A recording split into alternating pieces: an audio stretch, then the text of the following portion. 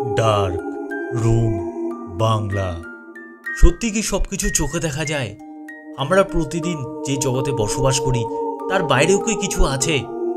এই চ্যানেলে আপনি শুনবেন এমন কিছু ভৌতিক ঘটনা যেগুলো বাস্তবে কারো না কারোর সঙ্গে ঘটেছে। কখনো রাতে ফিরতে গিয়ে, কখনো ভুতুড়ে বাড়ি বা হোটেলে থাকাকালীন, কিংবা একেবারে অচেনা জায়গায় হঠাৎ ঘটে যাওয়া কিছু অস্বাভাবিক অভিজ্ঞতা। এখানে কোনো গল্প নয়, এখানে মানুষের জীবনে বাস্তব ঘটনা শোনানো হয়, যেগুলো রাত্রে একা বসে শুনলে গা শিউরে উঠবে। যদি আপনি রহস্য, ভৌতিকতা এবং বাস্তব অভিজ্ঞতার এক ভয়ঙ্কর সংমিশ্রণ খুঁজে থাকেন, তাহলে আপনি সঠিক জায়গায় এসেছেন। সাবস্ক্রাইব করে পাশে থাকুন, কারণ ভয় একবার ঢুকলে আর সহজে যায় না। তো চলো আজকের এই ঘটনাটা আমি তোমাদের সাথে শেয়ার করি। আর এই ঘটনাটা আমি শুনেছি আমার এক বন্ধুর কাছ থেকে। একটা কম বয়সী ছেলে ভালোবাসায় বিফল হয়ে তার বাড়ির পাশে যে রেল লাইন ছিল, সেই রেল লাইনে ট্রেনের সামনে ঝাঁপ দিয়ে আত্মহত্যা করে। কিন্তু এখানেই কি সব শেষ?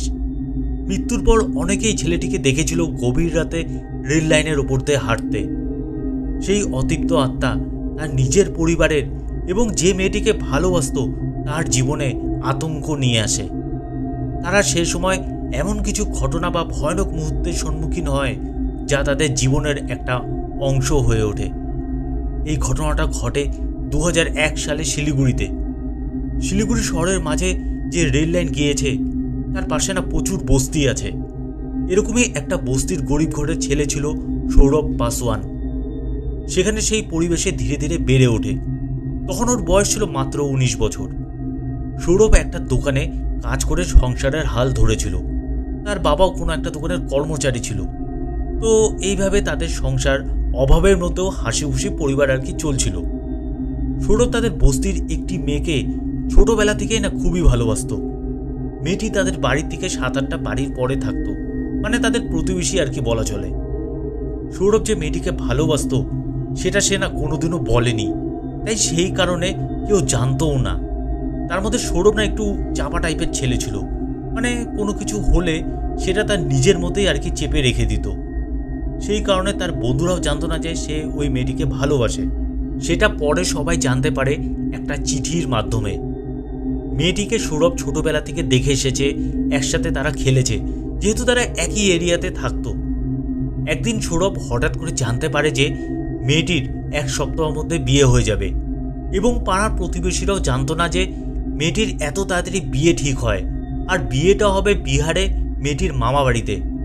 আসলে মেয়েটির পারিবারিক আর্থিক অবস্থা খুব একটা ভালো ছিল না, তাই বিহারে মামার বাড়িতে মেয়েটার বিয়ে হবে। কয়েকদিন পর মেয়েটি এবং তার পরিবারের সবাই বিহারে চলে যায়। এদিকে সৌরভ একটু না কেমন যেন হয়ে যায়, কারোর সাথে ঠিকমতো কথাও বলছিল না এবং কাজেও না ঠিকমতো যাচ্ছিল না।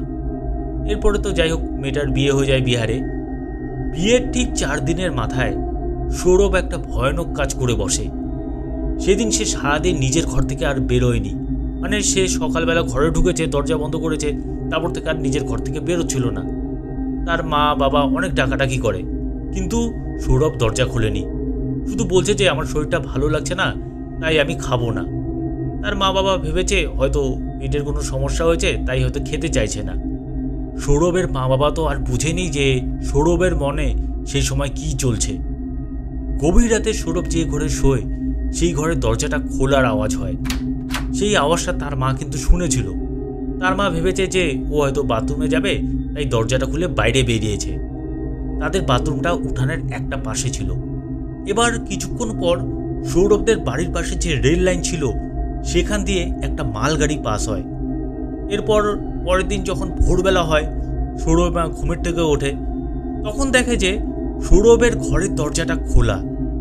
তার মা ভাবলো যে ছেলেটা না খেয়ে আছে, তাই ঘরের ভেতর ঢুকে ডাকতে যায়, কিন্তু সেখানে তো সৌরভ ছিল না।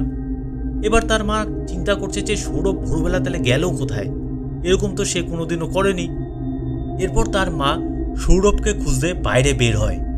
গিয়ে দেখে তাদের বাড়ি থেকে 25 থেকে 30 ফুট দূরে কিছু কাক রেল লাইনের মধ্যে কিছু একটা মরে আছে, সেটা নিয়ে না টানাটানি করছে। ওর মার কি মনে হলো, সামনে যেতেই বুঝতে পারলো ওটা তার ছেলে সৌরভের দেহ। দেহটা দুটো টুকরো হয়ে লাইনে পড়ে আছে, মাথা আলাদা আর দেহটা আলাদা। নিজের ছেলের এরকম অবস্থা দেখে উনি তো সেখানেই চিল্লিয়ে জ্ঞান হারান। এবার আশেপাশের বস্তির অনেকেই তো ভোরবেলা উঠে কিছু না কিছু কাজ করছিল, তারাও চিল্লানোর আওয়াজ শুনে সেখানে ছুটে আসে আর এসেই দেখে এই অবস্থা। এরপর তো রেল পুলিশ এসে দেহটা নিয়ে যায় এবং পরে দেহটাকে সৎকার করা হয়। আশেপাশের যে প্রতিবেশী যারা ছিল বা যারা সৌরভকে জানতো তারা তো বুঝেই পাচ্ছে না যে সৌরভ এই কাজটা কেন করলো, কারণ ছেলেটা ছিল খুবই ভালো, ভদ্র, লাজুক ধরনের, তার বাড়িতেও কোনো অশান্তি ছিল না। তো পরের দিন তার বাবা যখন সৌরভের ঘরে ঢোকে তখন বিছানার একটা পাশে একটা চিঠি পায়, আর সেই চিঠিতে লিখেছিল যে ওই মেয়েটিকে সে ছোটবেলা থেকে খুবই ভালোবাসত, কিন্তু কোনোদিনও সে বলতে পারেনি। শেষে যখন বিয়ে ঠিক হলো ওই মেয়েটির, সেই দুঃখ সহ্য করতে না পেরে এই আত্মহত্যার পথটা সৌরভ বেছে নেয়। এর মধ্যে একটা সপ্তাহ পার হয়ে যায়। সৌরভের মা বাবার মন খারাপ থাকলেও আশেপাশের পরিবেশ স্বাভাবিক হয়ে যায়, মানে তার যে প্রতিবেশী যারা আছে তারা সেই জিনিসটা আর কি ভুলে যায়। একদিন রাতে তাদের বস্তিতে একটি ছেলে রেল লাইনের ধার দিয়ে বাড়ির দিকে যাচ্ছিল। তখন রাত্রি প্রায় 10:30 বাজে। ছেলেটি হাঁটতে হাঁটতে সৌরভ যেখানে আত্মহত্যা করেছিল সেই জায়গাটা যখন পার করলো, ঠিক তার মনে হলো যে কেউ যেন তার পেছনে হাঁটছে। ছেলেটি ঘুরে পেছনে তাকায়, কিন্তু কেউ তার পেছনে ছিল না। ছেলেটা না আবার হাঁটা শুরু করে। এবার একটু আগাতেই আবার তার মনে হলো যে তার পেছনে কেউ একজন হাঁটছে। এবার তো ছেলেটি একটু ঘাবড়ে যায় যে এরকম কেন মনে হচ্ছে। সে আবার পেছনে ঘুরে তাকায়, তখনও দেখে যে পেছনে কেউ নেই। এবার সে সামনের দিকে ঘুরে একটু জোরে যখন হাঁটা শুরু করলো, তখনই না কেউ যেন তাকে পেছন থেকে জোরে একটা ধাক্কা মারে। ছেলেটি ভয় পেয়ে দৌড়ে বস্তির ভিতর ঢুকে পড়ে আর চিল্লাতে থাকে। ওরা তো সবাই বেরিয়ে পড়ে যে হঠাৎ কে চিল্লাচ্ছে এইভাবে। আশেপাশের লোকজন বাইরে এসে দেখে তাদের বস্তিরই একটা ছেলে হাঁপাচ্ছে আর বলছে যে রেল লাইনে ভূত আছে। আমি যাচ্ছিলাম, কেউ যেন আমাকে পেছন থেকে জোরে ধাক্কা দিল। যখন আমি পেছন ঘুরে দেখলাম তখন দেখি কেউ নেই। এবার আশেপাশের লোকজন একটা জিনিস খেয়াল করলো, ছেলেটার মুখ দিয়ে প্রচণ্ড মদের গন্ধ বেরোচ্ছে। তখন লোকজন ভাবলো যে ছেলেটি তো মদ খেয়ে আছে, তাই উল্টাপাল্টা বলছে, তাই ওর কথাটা কেউ তখন বিশ্বাস করেনি। তাছাড়া হঠাৎ করে কেউ এরকম বললে কেই বা বিশ্বাস করবে? এতদিন যারা আছে তারা তো আগে কোনোদিন কেউ কিছু দেখেনি এখানে। এবার বেশ কিছুদিন কাটে। আরেকদিন রাতে ওই বস্তিরই একজন বয়স্ক লোক রেল লাইনের ধার দিয়ে বাড়ি ফিরছিল। আসলে রেল লাইনের ধার দিয়ে হেঁটে গেলে বাড়ি তাড়াতাড়ি পৌঁছানো যায়, না হলে মেইন রাস্তা দিয়ে যেতে কিছুটা সময় বেশি লাগে। তাই ওই বস্তির লোক বেশিরভাগ সময় রেল লাইনের ধার দিয়েই বস্তিতে ফেরে। তো বয়স্ক লোকটি পেশায় ছিল রান্নার ঠাকুর। এক বিয়ে বাড়িতে অনুষ্ঠান শেষ হতে অনেক সময় লেগে যায়, তাই ওই বয়স্ক লোকটিও ফিরতে ফিরতে রাত্রি প্রায় 12:30 বেজে যায়। এবার তিনিও ওই রেল লাইনের পথ ধরেই আসছিলেন। একে তো এত রাত, তার মধ্যে উনি বিয়ে বাড়িতে রান্না করে একা একা ফিরছিলেন। যতই হাত পা ধুয়ে আসুক, জামা তো তিনি বদলাননি। ওই জামা পরেই তো তিনি মাছ, মাংস ইত্যাদি রান্না করেছেন। যাই হোক, তিনি রেল লাইনের ধার দিয়ে হাঁটছিলেন। হঠাৎ না তিনি দেখলেন যে তার বাঁ পাশে রেল লাইনের ওপর একটা ছেলে উল্টো দিকে ঘুরে 2 হাঁটুর মাঝখানে মাথা গুঁজে কাঁদছে। এটা দেখে তিনি ভাবলেন যে এত রাতে ছেলেটা এখানে বসে কেন কাঁদছে। তাই তিনি ছেলেটাকে পেছন থেকে ডাকেন যে, কি রে ছোকরা, এত রাতে এখানে একা বসে কাঁদছিস কেন? বয়স্ক লোকটি থেকে ছেলেটি 10 মিটার দূরে ছিল। ছেলেটি না হঠাৎ করে চুপ হয়ে যায়। তারপর যেই না উঠে দাঁড়ালো, অমনি বয়স্ক লোকটি একটা বিভৎস দৃশ্য দেখল। তিনি দেখলেন যে ছেলেটির মাথা নেই। ছেলেটি মাথা নিচু করে যে কাঁদছিল, আসলে ওর মাথাই ছিল না। তাই পেছন থেকে দেখে মনে হচ্ছে যে মাথা নিচু করে বসে আছে। বয়স্ক লোকটি এই দৃশ্য দেখে কোনোভাবে দৌড়াতে থাকে সেখান থেকে। তার মনে হচ্ছিল যে ওই মাথাহীন ছেলেটাও তার পেছনে পেছনে ধাওয়া করছে তাকে। কোনো মতে সেদিন বয়স্ক লোকটি বস্তিতে ঢুকে প্রাণে বাঁচে। পরদিন সে সবাইকে বলে যে রেল লাইনের ওপরে একটা গলা কাটা ভূত আছে। এবার এই কথা শুনে বস্তির লোকেরা না একটু ভীত হয়ে যায়। কেউ বিশ্বাস করলো, আবার বেশিরভাগ লোকই ভাবছে যে নিশ্চয়ই হয়তো কেউ শয়তানি করছে আর বস্তির লোকদের ভয় দেখাচ্ছে। আর এই ধরনের কথা তো বস্তির লোকের মধ্যে তো হু হু করে ছড়িয়ে পড়ে। এবার এসব শোনার পর অনেক ছেলে আছে যে দল বেঁধে গলা কাটা ভূত দেখার জন্য রেল লাইনের ধার দিয়ে রাতে বেলা করে চলাফেরা করত। তারা আসলে দেখতে চাচ্ছিল যে সত্যি কি ওখানে ভূত আছে কিনা। কিন্তু ভূত বা আত্মা তো আর সবাইকে দেখা দেয় না। সবাইকে যদি দেখা দিত তাহলে ভূত বা আত্মাকে কেউ কোনোদিন ভয়ই পেত না। নির্দিষ্ট কিছু মানুষ যাদের গ্রহ নক্ষত্রের বিচারে হালকা রাশি বা যাদের প্রতি সেই আত্মা বা প্রেতাত্মার টান বেশি, একমাত্র তারাই দেখতে পারে বা অনুভব করতে পারে। যাই হোক, এরপর তো বস্তির সবার মনে একটা আতঙ্ক তৈরি হয়ে যায়। কিছুদিন পর একদিন গভীর রাতে সৌরভের বাবা ঘরের বাইরে বের হয় বাথরুম যাওয়ার জন্য। তখন তিনি একটা জিনিস দেখলেন, সৌরভের ঘরের ভেতরে যে লাইটটা সেটা না একবার জ্বলছে আবার নিভছে। এটা দেখে সৌরভের বাবা না অবাক হয়ে যায় যে ওই ঘরে তো এখন কেউ থাকে না, তাহলে লাইটটা একা একা কেন জ্বলছে আর নিভছে। সৌরভের বাবা ওই ঘরের দরজাটা খোলে আর দেখা যায় ভেতরে কেউ নেই, শুধু লাইটটা একা একা জ্বলছে আর নিভছে। কিন্তু লাইটের যে সুইচটা সেটা ছিল দেওয়া। তো সৌরভের বাবা লাইটের সুইচটা বন্ধ করে ঘরটা লক করে, আর যেই নাকি পেছনে ঘুরল তখনই দেখলো সৌরভের মতো দেখতে একটা ছেলে তাদের বাউন্ডারির বাইরে দাঁড়িয়ে আছে, মানে তাদের যে বাইরে যে গেটটা সেই গেটের বাইরে দাঁড়িয়ে আছে। এটা দেখে তো উনি হতভম্ব হয়ে যায় যে সৌরভ আসলো কী করে এখানে। তখনই না ছেলেটা ধীরে ধীরে পেছনে ঘুরে হাঁটতে থাকে। তো সৌরভের বাবা ছেলেটার পেছনে পেছনে সেদিকে চলে যায়। আসলে ছেলেকে তো সে খুবই ভালোবাসত, তাই তিনি যখন দেখলেন যে তার একমাত্র ছেলে ফিরে এসেছে এবং হেঁটে যাচ্ছে, তখন না তিনি নিজেকে আর আটকাতে পারেননি, তিনিও তার ছেলের পেছন পেছনে সেদিকেই হাঁটা দিলেন। এরপর তিনি দেখলেন যে ছেলেটা রেল লাইনের ওপর দিয়ে হাঁটছে। সৌরভের বাবাও রেল লাইনের ওপর দিয়ে হাঁটা শুরু করে, মানে ছেলেটা যেদিকে যেইভাবে যাচ্ছিল সৌরভের বাবাও সেই দিকে সেইভাবেই যাচ্ছিল। হঠাৎ সৌরভের বাবা দেখল সৌরভের রেলে কাটা মৃতদেহটা যেখানে পাওয়া গিয়েছিল সেখানে গিয়ে ওই ছেলেটা হাওয়ায় মিলিয়ে গেল। আর ঠিক সেই সময় সৌরভের মা সৌরভের বাবাকে পেছন থেকে ডাকে। তখনই না সৌরভের বাবা সমিত ফিরে পায় আর দেখা যায় তিনি গভীর রাতে রেল লাইনের মাঝে দাঁড়িয়ে আছেন। আসলে সৌরভের বাবা যখন বাড়ি থেকে বেরোলো তখন সৌরভের মা সেটা দেখে আর ভাবে যে এত রাতে তিনি রেল লাইনের দিকে কেন যাচ্ছেন। তাই সৌরভের মাও বের হয় দেখার জন্য। এরপর সৌরভের বাবা তাড়াতাড়ি তার স্ত্রীকে নিয়ে ঘরে ঢুকে সব কিছু বলে। আসলে পরিবারের কারোর অপমৃত্যু বা কেউ মনের অনেক আশা নিয়ে মারা যাওয়ার পর সেই মৃত মানুষের যদি কোনো দোষ পাওয়া যায় আর তার প্রতিকার না করলে ওই মৃত মানুষের আত্মা ফিরে আসে কাউকে তার সাথে নিয়ে যেতে। আর এই ক্ষেত্রে সৌরভের আত্মা তার বাবাকেও টানছিল মৃত্যুর দিকে। হয়তো রেল লাইনের ওপরই সৌরভের বাবার মৃত্যু ঘটত, কিন্তু তার স্ত্রী পেছন থেকে ডাকার ফলে তিনি সে সময় বেঁচে যায়। সৌরভের বাবার সাথে যে ঘটনাটা ঘটল এই ঘটনা তারা কাউকে সে সময় বলেনি। এরকমই আরেক দিন সন্ধ্যা 7টার দিকে একটা ঘটনা ঘটে। সেদিন সৌরভের বাড়িতে তাদের বস্তিরই একটি মহিলা আসে সৌরভের মায়ের সাথে কিছু কথা বলতে। সৌরভের মা আর ওই মহিলাটি একটা ঘরে বসে কথা বলছিল। সেই সময় না লোডশেডিং হওয়ার একটা চল ছিল যে সন্ধ্যা 7টা বাজলেই 1 ঘন্টার জন্য লোডশেডিং হয়ে যেত। তো তারা যখন গল্প করছিল তখনই না লোডশেডিং হয়ে যায়। এবার সৌরভের মা অন্ধকারের মধ্যে না মোমবাতি খুঁজছিল আর ওই মহিলাটি অন্ধকারেই বিছানার মধ্যে বসেছিল। হঠাৎ করে সৌরভের মা শুনতে পারে যে ওই মহিলাটি একবার চিল্লিয়ে আবার চুপচাপ হয়ে গেল। এদিকে তো সৌরভের মাও চমকে যায় যে মহিলাটা এরকম কেন করলো। তিনি কোনোভাবে মোমবাতি জ্বালিয়ে দেখে মহিলাটি বিছানার উপর অজ্ঞান হয়ে পড়ে আছে। তো সৌরভের মা তখন আশেপাশের যে প্রতিবেশী যারা ছিল তাদেরকে ডেকে আনে। এরপর ওই অচেতন মহিলার মুখে জলের ঝাপটা দিলে তার তো জ্ঞান ফিরে আসে।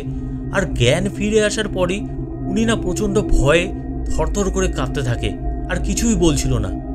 সবাই তো জিজ্ঞেস করছে যে কি হয়েছে, কি দেখে ভয় পেয়েছো। এরকম অনেকবার জিজ্ঞেস করার পর উনি বললেন যে লোডশেডিং হওয়ার পর তিনি বিছানায় বসেছিলেন। হঠাৎ পেছন থেকে একটা বরফের মতন ঠান্ডা হাত তার ঘাড়ের মধ্যে কেউ রাখে, এটা তার মনে হয়। তিনি সেই সময় পেছনে ঘুরে তাকায় আর দেখে যে একটা কালো ছায়ামূর্তি ঠিক তার পেছনে বসে আছে, কিন্তু মাথার যে জায়গাটা সেখানে শূন্য, সেখানে কোনো মাথাই নেই। দেখো, ঘর অন্ধকার থাকলেও হালকা আলোয় কিন্তু বোঝা যায় যে কোথায় কি আছে। এবার আশেপাশের লোক তো এই কথা শুনে সবাই চমকে যায় আর সবাই বলা বলি করতে থাকে যে আগের যে ছেলেটি বা বয়স্ক লোকটি যা দেখেছে সব সত্যি, এবং সবাই এটাও বুঝলো যে এটা সৌরভেরই আত্মা। তখন সবাই সৌরভের মা বাবাকে বলল যে সৌরভের আত্মার শান্তির জন্য গয়ায় গিয়ে তোমরা পিণ্ডদান করে আসো, নিশ্চয়ই ওর কোনো দোষ পাওয়া গেছে যার জন্য ও এইভাবে ঘুরে বেড়াচ্ছে। এই ঘটনার কয়েকদিন পর সৌরভ যে মেয়েটিকে ভালোবাসত ওই মেয়েটি বাপের বাড়িতে আসে। বিয়ের পর এই প্রথম সে আসলো এবং তার কিন্তু 1 থেকে 1.5 মাস হলো বিয়ে হয়েছে। মেয়েটি শুনেছিল যে সৌরভ মারা যাওয়ার পর তাদের বস্তিতে ভুতুড়ে আতঙ্ক সৃষ্টি হয়। যাই হোক, মেয়েটি তার বাপের বাড়িতে বিয়ের পর এই প্রথম এসেছে। এবার পরের দিন ঠিক সন্ধ্যার সময় মেয়েটি এবং তার পাড়ার এক বান্ধবীর সাথে তাদের বাড়ি থেকে একটু দূরে রেল লাইনের ধারে যায়। সেই সময় তো গরমকাল ছিল, ঘরে প্রচণ্ড গরম লাগছিল, তাই তারা ভাবলো যে একটু রেল লাইনের সামনে থেকে হাওয়া খেয়ে আসি। মেয়েটি এবং তার বান্ধবী গল্প করছিল। হঠাৎ না মেয়েটি দেখে যে সৌরভের মতো দেখতে একটা ছেলে কিছুটা দূরে রেল লাইনের উপর দাঁড়িয়ে তার দিকে তাকিয়ে আছে। এটা দেখে তো মেয়েটি ভয় পেয়ে যায় আর তার বান্ধবীকে নিয়ে ঘরে চলে আসে। এবং ওই বান্ধবী যখন জিজ্ঞেস করলো, কী রে তুই এভাবে ঘরে কেন আসলি, তখন না মেয়েটি তাকে বলে না কিছু, বললো না এমনি ভালো লাগছিল না বাইরে, তাই আমি ঘরে চলে আসলাম। এবার রাতের দিকে মেয়েটি এবং তার স্বামী ঘরে ঘুমিয়ে আছে, আর ঘরে তো খুব গরম থাকার জন্য জানলাগুলো খুলে রেখেছিল। তো মেয়েটির গরমে ঠিকমতো তো ঘুম আসছিল না। এবার মেয়েটির চোখ যায় জানলা দিয়ে বাইরে অন্ধকার উঠোনের দিকে। সেখানে উঠোনের একটা পাশে কেউ যেন দাঁড়িয়ে আছে। মেয়েটি না সেটা দেখে। এটা দেখে তো মেয়েটি ভয় পেয়ে যায়। তখনই না তার স্বামীর ঘুমটা ভেঙে যায় আর স্বামী না ওঠে বাথরুম যাওয়ার জন্য। এবার তাদের বাথরুমটা ছিল উঠোনের একটা পাশে। তো মেয়েটি সেই সময় তার স্বামীকে বলে যে উঠোনে যেও না, কেউ যেন একজন দাঁড়িয়ে আছে। এবার তার স্বামী ভাবলো হয়তো চোর টোর আছে, আর ওই ঘরটার মতন একটা লাঠি ছিল বড়। তো তার স্বামী কি করে, উঠোনের লাইটটা জ্বালায় আর দরজা খুলে বাইরে বেরোয়। তখন তার পেছন পেছন মেয়েটিও বেরোয়। এবার যখন নাকি তারা দুজন বাইরে বেরোলো তখন দেখে যে বাইরে কেউ নেই, কিন্তু একটা অদ্ভুত দৃশ্য তারা দুজনেই দেখলো।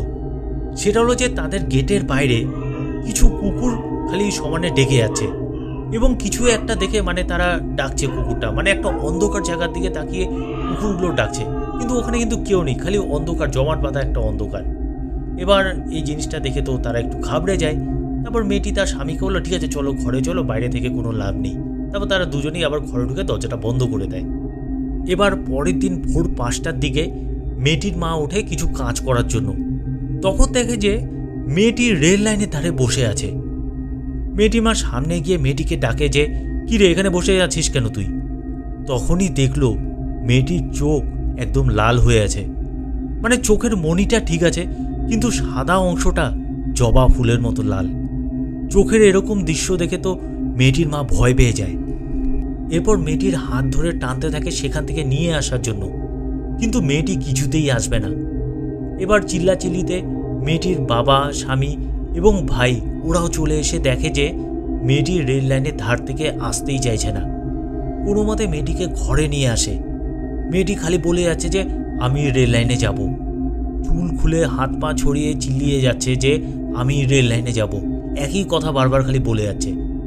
তখন মেয়েটি মা বুঝতে পারে যে তার মেয়ের নিশ্চয়ই কোনো হাওয়া লেগেছে। এরপর মেয়েটির মা তাড়াতাড়ি তাদের বস্তির মধ্যে একটা হনুমান মন্দির ছিল, সেই মন্দিরে গিয়ে সেখানকার পূজারীকে সব কিছু বলে। পূজারী তো সব কিছু শুনে মেয়েটির মাকে বলল যে তুমি তাড়াতাড়ি মেয়েটিকে এই হনুমান মন্দিরে নিয়ে আসো।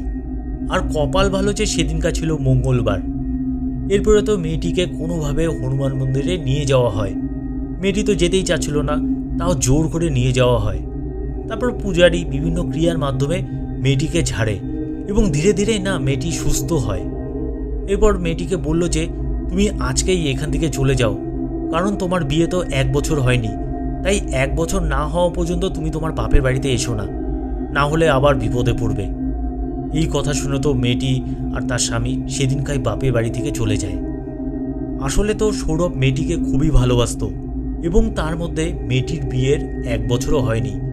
সেই কারণে মেয়েটিকে খুব সহজে পজেস করতে পেরেছিল সৌরভ। আর মেয়েটি যখন রেল লাইনের ধারে বসেছিল তার কিছুক্ষণ পরেই সেখান থেকে একটা ট্রেন পাস হয়, কিন্তু মেয়েটির মা তার আগেই দেখে ফেলে এবং চিল্লাচিল্লি করার ফলে সবাই মিলে মেয়েটিকে ঘরে নিয়ে আনে। যাই হোক, এরপরে তো বস্তির সবাই সৌরভের বাবা মাকে বলে যে 1 সপ্তাহের মধ্যে গয়ায় গিয়ে পিণ্ডদান করে আসতে সৌরভের নামে, না হলে কখনকার বিপদ হয়ে পড়বে। তো এক সপ্তাহের মধ্যে সৌরভের মা বাবা গয়ায় গিয়ে পিণ্ডদান করে আসে।